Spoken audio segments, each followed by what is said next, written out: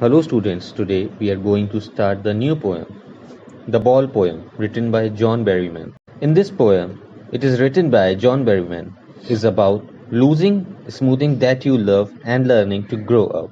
It is about a little boy who, for the first time in his young life, is learning what it is like to experience grief at the loss of a much beloved passion, his ball. To us, the loss of a ball is of minor consequence. Money cannot buy our love nor replace the things that we love.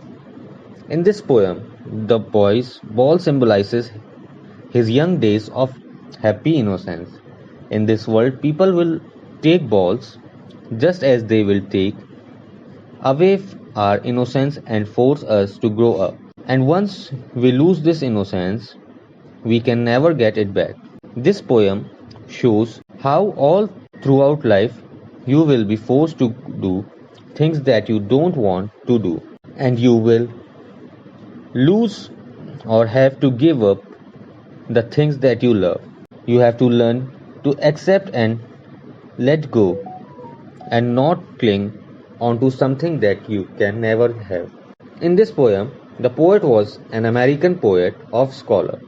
He was a major figure in the American poetry in the school half of the 20th century. The Ball poem by John Berryman talks about the inevitability of loss and the need to accept it and move beyond it as one matures. Some actions cannot be undone, no matter how much one wishes to.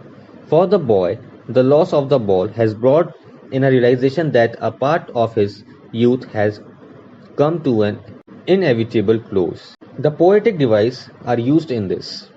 First is alliteration. Alliteration has been used in the line "No one buys a ball black." Then next is personification. Personification has been used in the third line merrily bouncing down the street. After that repetition has been used the second line. What is he to do? And the last line in the repetition of the word no. Next is syntax and structure. The poem is written in just one stanza. It has 18 lines which describes a little boy how far the first time in his young life is learning what it is like to experience grief at the loss of a much beloved possession, his ball. Thank you students. I hope you understand this summary.